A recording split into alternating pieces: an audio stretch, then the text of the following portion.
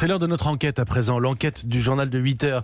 Et c'est le hashtag MeToo de l'été. Cette fois, il touche une profession bien particulière. Celle des hôtesses d'accueil, un mouvement qui a commencé fin juillet avec une pétition pour supprimer les hôtesses de podium du Tour de France. Pas ta potiche. Un slogan de ralliement qui incite de nombreuses femmes à prendre la parole librement sur les réseaux sociaux.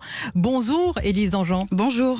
Des milliers d'hôtesses dénoncent le sexisme qui gangrène leur métier. Ces femmes, vous les croisez tous les jours sur les salons, dans les meetings sportifs ou culturels, talons hauts, chignons impeccables, et sur Twitter, elles racontent leur quotidien face à des hommes qui ne se gênent pas. Je cherche un plan cul, vous êtes intéressé, ou encore est-ce que je te gagne avec le jeu concours?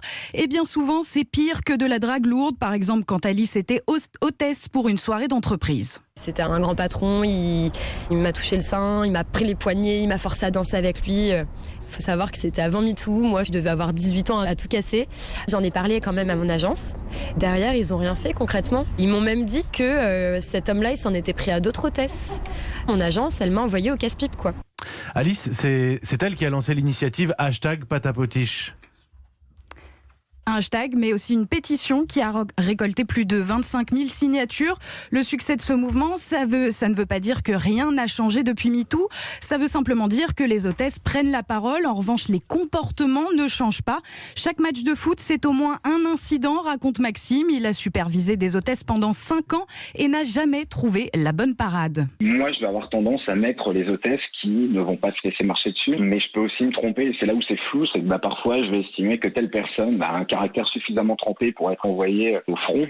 Et au final, je vais me rendre compte à la fin de l'émission que la personne s'est fait bouffer, tout simplement. C'est rude et le problème, c'est qu'on a au final assez peu de solutions.